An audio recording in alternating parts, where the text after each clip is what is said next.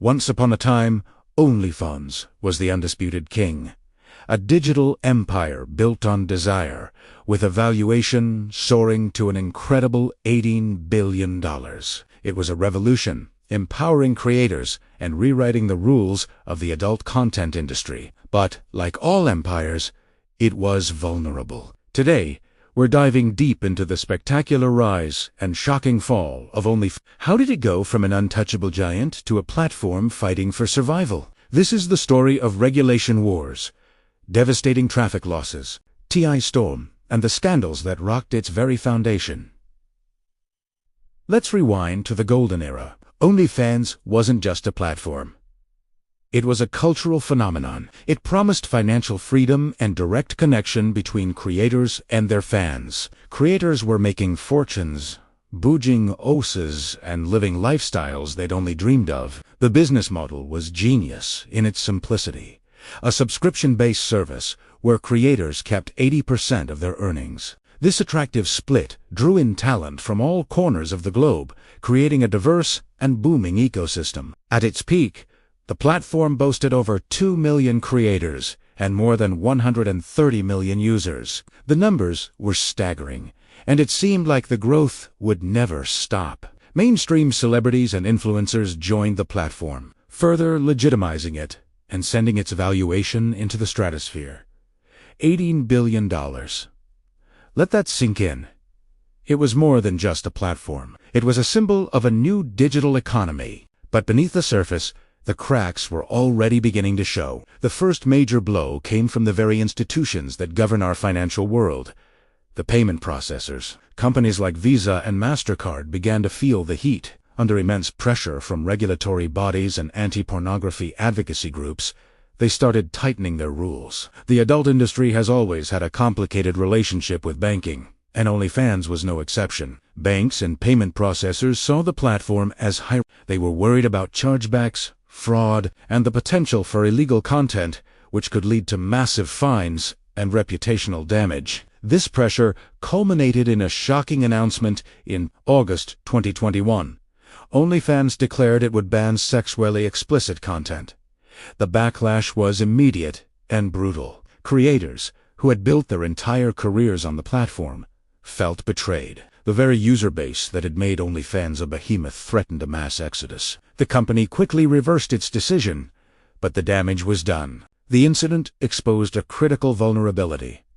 OnlyFans didn't control its own payment gateway. It was at the mercy of financial giants who could pull the plug at any moment. This single event sent a shockwave through the industry, and creators began to realize that building their empires on rented land was a risky game. The regulatory storm was just the beginning. The next crisis was a digital plague, a massive loss of traffic. Where did all the users go? The answer lies in the complex world of search engine optimization and online advertising. For a long time, OnlyFans benefited from a gray area in how search engines and social media platforms treated adult content. Links could be shared, profiles could be promoted indirectly, and traffic flowed relatively freely. But the digital gatekeepers started closing the doors. Google updated its algorithms, making it much harder for OnlyFans profiles to appear in search results. Social media platforms like Instagram and TikTok, which were major traffic drivers for creators, cracked down hard on any content that even hinted at a link to OnlyFans. Shadow banning became a common complaint. Creators who once reached millions with a single post now found their engagement plummeting. Their primary marketing channels were being strangled. This traffic drought was devastating. Without a steady stream of new subscribers, creators' incomes began to dwindle. The platform that once seemed like a goldmine was starting to look like a deserted town. This forced creators to look for alternatives, fragmenting the market and chipping away at OnlyFans' dominance. As if regulatory and traffic problems weren't enough, a new, formidable challenger emerged from the world of artificial intelligence. AI-generated content began to flood the market, and it was again. Suddenly, anyone with a powerful computer and the right software could create hyperrealistic images and videos without needing human models. This new wave of synthetic content offered a cheaper, faster, and infinitely customizable alternative to traditional adult content.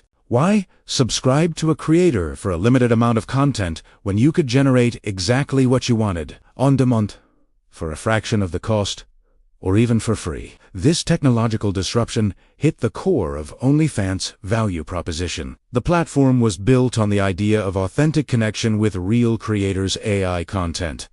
While impressive, lacked that human element. However, for a significant portion of the audience, the novelty and accessibility of AI were too tempting to ignore. This new competition siphoned off users and put downward pressure on prices across the board. Real creators now had to compete not only with each other, but also with tireless, ever-improving algorithms. The final nail in the coffin, or at least a very large one, was the moderation scandal. For a platform of its size, content moderation is a monumental task. OnlyFans was constantly battling to keep illegal and non-consensual content off its site, but reports began to surface, alleging that the platform's moderation systems were failing. High-profile investigations and documentaries exposed loopholes that could potentially be exploited. One of the most damaging scandals involved allegations that the platform was undoing enough to prevent the spread of content featuring minors. Although OnlyFans invested heavily in safety and verification tools, these public accusations were incredibly damaging to its brand.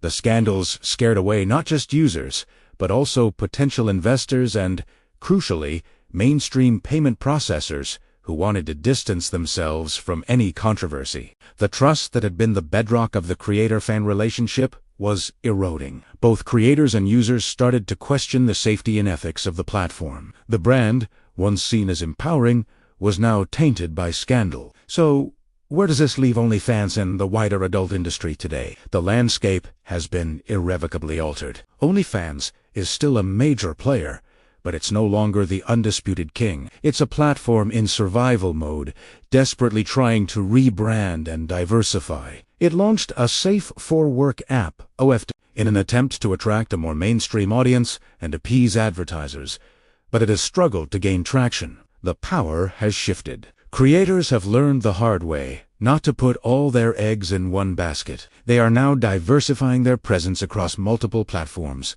building their own websites, and using services that offer them more control over their content and finances. Fan-centric platforms, decentralized networks, and even AI-driven services are all vying for a piece of the pie. The era of a single, dominant monopoly is over. The industry is more fragmented, more competitive, and arguably more resilient. The fall of OnlyFans serves as a powerful cautionary tale for any digital platform built on controversial or high-risk content. It shows how quickly a multi-billion-dollar empire can crumble under the combined weight of regulatory pressure, technological disruption, and loss of public trust. What was once a revolution has become a lesson in the fragility of digital kingdoms. The future of adult content is no longer centralized. It's a wild, unpredictable frontier, and the next king has yet to be crowned. Thank you so much for watching. The story of OnlyFans is a fascinating look at the intersection of technology, culture, and business. What do you think the future holds for the industry? Let me know your thoughts in the comments below. And if you enjoyed this deep dive, do you forget to like this video and subscribe for more stories about the companies and trends shaping our world. See you in the next one.